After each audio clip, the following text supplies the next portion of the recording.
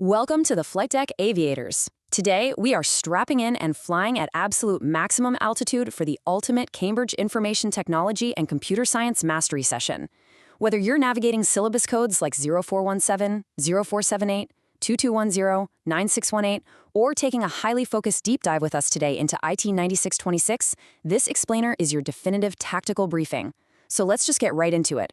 We're tackling a topic today where even the absolute smartest, most prepared candidates experience total engine failure under exam conditions. I'm talking about Section 1.1, the evaluation of the advantages and disadvantages of direct and indirect data. Now, most students lose easy, foundational marks on this specific topic. Why? Well, because they rely on basic rote memorization instead of applied logic. But not you. After this masterclass, you're going to be equipped with advanced aerial combat tactics for tackling literally the absolute toughest exam questions Cambridge can throw at you. I'm going to show you exactly what senior examiners are scanning for, how to decode their complex command words, and how to structure a response so heavily fortified it virtually guarantees you those top marks. So, adjust your headsets, lock in your focus, and let's clear the runway. To truly understand how to win, we first need to look at exactly how thousands of students crash and burn every single exam season. I want you to meet two hypothetical, but let's be real, very common, students sitting their Cambridge 9626 paper. First up, we have Alex. Now, Alex is a notoriously hard worker, but when asked to evaluate the use of direct data for a brand new business system, Alex unleashes a massive payload of raw computer science facts. Alex writes these huge, dense paragraphs listing every single advantage of direct data ever taught in a textbook. It's up to date, it's highly specific, it's gathered hands-in, it inherently removes unnecessary data fields. It sounds great, right? But Alex applies absolutely zero context to the actual business presented in the exam prompt. Not good. Then we have Sam. Sam is constantly fighting the clock. Sam sees the command word evaluate, immediately panics, and rushes out a single, frantic, unstructured sentence. Direct data is better because it's accurate, whereas indirect data might be old. And that's it. Sam totally misses the higher order requirements of that command word. If you look at their papers, you'll see red pen marks bleeding all over their answers. Alex gets severely penalized for having zero analytical depth, and Sam loses out by completely ignoring the assessment objectives. They both crash. Why? Simply because they lacked a tactical flight plan. So here is our flight plan for this explainer. 1. Core principles. 2. The procedural framework. 3. Evaluative thinking. And 4. Examiner warnings. Let's get started. Initiating Phase 1 Core Principles, where we focus heavily on analytical depth. Here's the deal. The syllabus for Cambridge IT explicitly demands mastery of fundamental principles, not just the rote memorization of textbook definitions. They want to see true analytical depth. This comparison brilliantly illustrates the exact difference. Superficial breadth, which was Alex's flawed approach, is basically a shotgun spread of facts. Writing something like, direct data is specific, up-to-date, and collected by the user looks like a lot of studying went into it, but it scores incredibly poorly because it completely lacks context. Conversely, analytical depth takes a core principle like data relevance and actively weaves it into the exam scenario. For example, if the scenario involves a highly specialized scientific experiment, the primary advantage of direct data is its precise relevance to the exact variables being tested. The scientists can calibrate their sensors to their exact operational requirements, which entirely eliminates the risk of formatting incompatibilities or outdated variables that constantly plague indirect secondary data sources. On the flip side, knowing that the high financial and temporal cost of direct data might be justified for a high-stakes medical system but would be a massive waste of resources for a local bakery just looking for general demographic trends, that is exactly the kind of depth examiners are scanning for. That connected, contextual understanding is your academic benchmark. So you're probably wondering, how do we consistently manufacture that exact analytical depth without panicking when the clock is ticking down? Well, we use a tactical weapon. We use the Peel framework. This is the ultimate, non-negotiable structure for your analytical paragraphs in computer science and IT. P stands for point. You must state your main argument clearly right out of the gate. E stands for evidence. Bring in a specific constraint or detail directly from the provided exam scenario. The second E stands for explanation. Elaborate technically on exactly how that evidence supports your point regarding direct or indirect data. And L stands for link. Tie the entire paragraph back directly to the core command word in the question. This framework essentially forces your brain out of that superficial breadth mode and locks you firmly into analytical depth. This structure is exactly what turns a disorganized brain dump into a high-scoring professional consultation.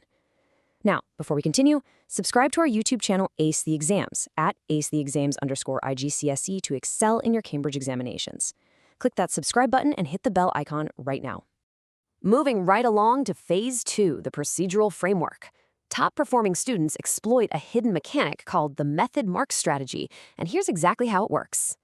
The method mark strategy basically means that examiners don't just want the final right answer. They actively award significant marks for the analytical process itself.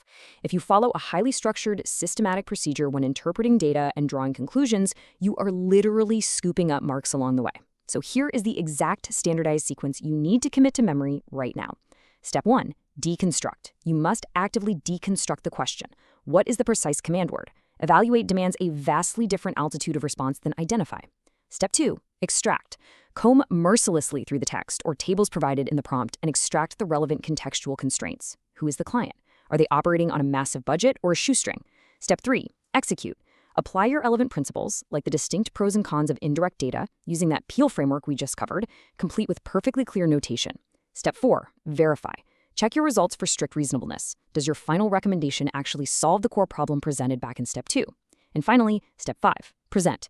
Output your final answer using appropriate, syllabus-specific terminology. No slang, no vague descriptions. Use the exact technical vocabulary demanded by the Cambridge syllabus.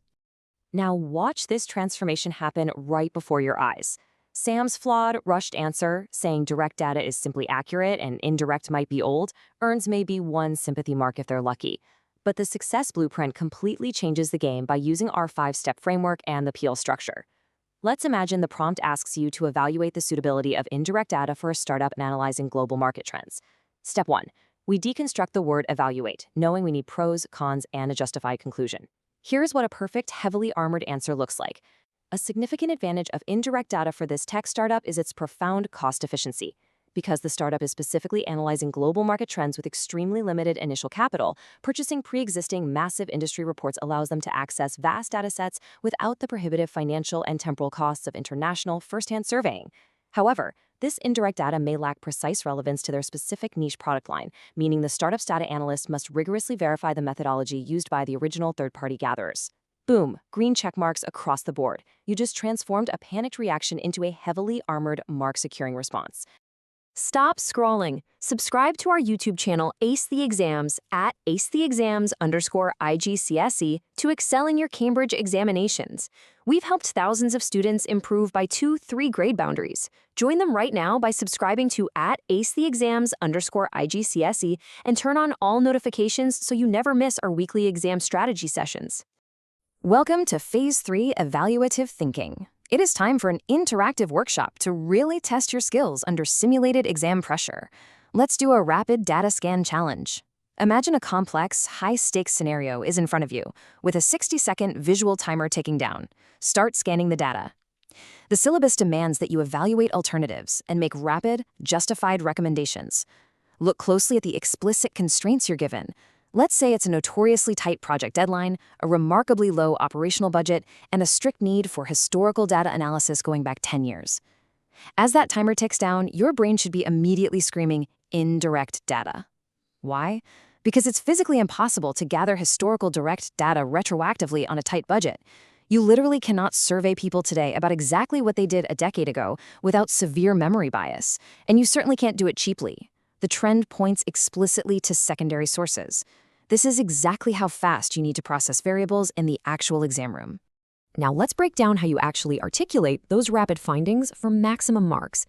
When a command word asks for comparative analysis between direct and indirect data, top-scoring candidates never, ever just list 2 completely separate columns of unrelated facts. They actively weave them together into a cohesive argument.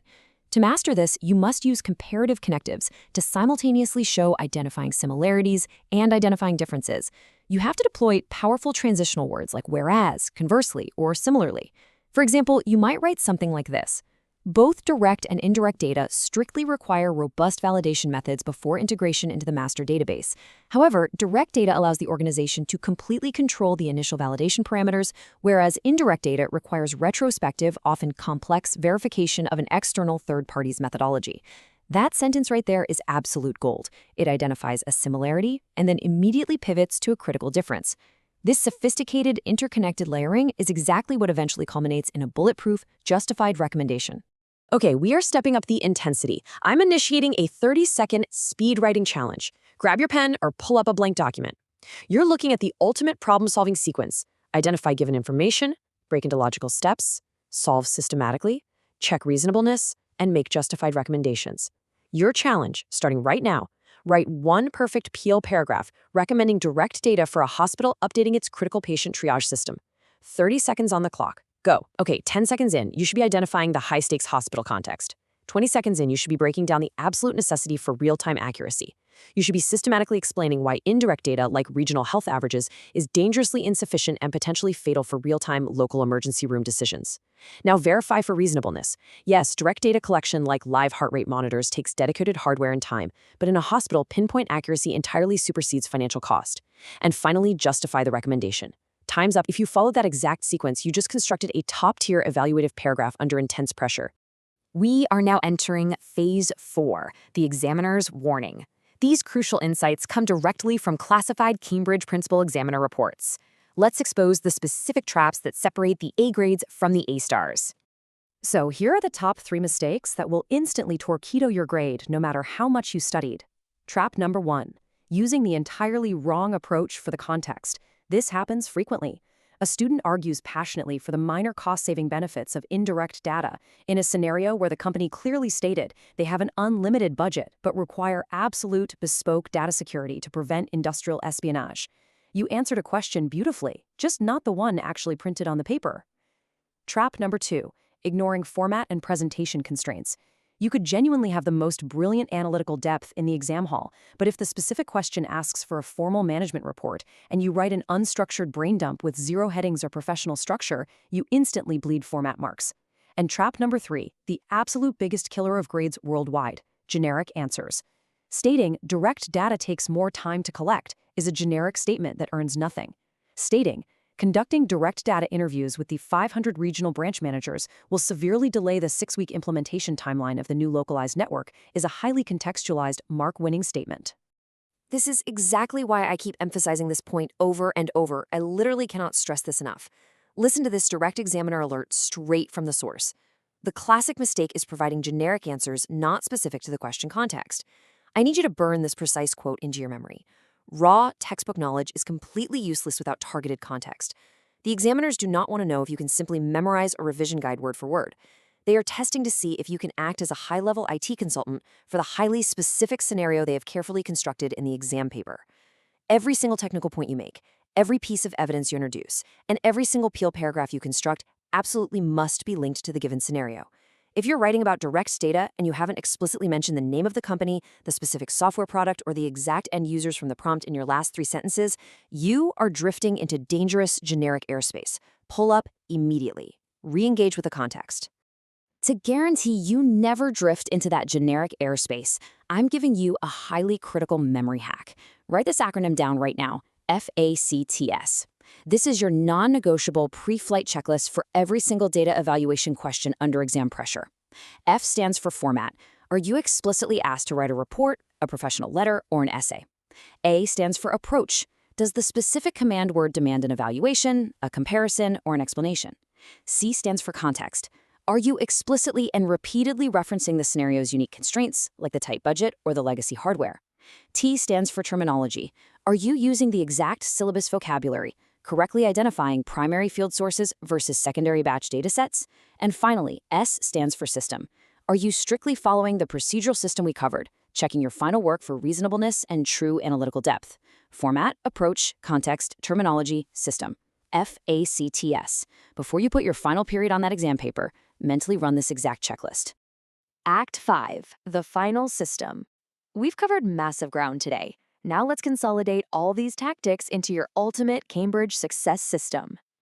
Listen, you do not need to be naturally gifted at computer science or information technology to score the highest possible marks. You simply need to be fiercely systematic. You must view the exam paper not as a stressful test of what you can remember, but as a rigid puzzle where you are applying the correct procedural frameworks to systematically extract the maximum number of points available. Here are the 3 unbreakable rules that guarantee top marks. Rule 1. Command word decoding. Never start writing until you know exactly what altitude the question demands. Rule 2. PL framework application. Every analytical paragraph must have a point, evidence from the scenario, an explanation of the mechanics, and a link back to the question. Rule 3. Time management matrix. Allocate your time based strictly on the mark scheme using the FACTS checklist to stay perfectly on target.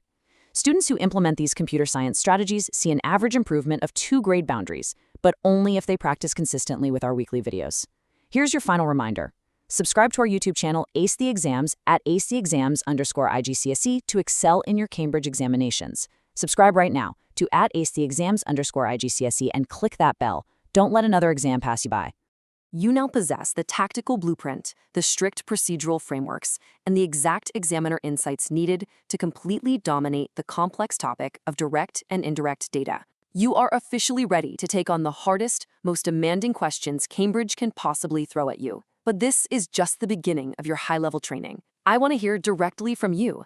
Drop a comment below with your target grade for computer science and the biggest challenge you're facing. Our team responds to every comment. Like and share this video with a study partner. Ace the Exams. Your Cambridge success starts here. Keep flying high, stay systematically structured, and I'll see you on the flight deck in the next masterclass.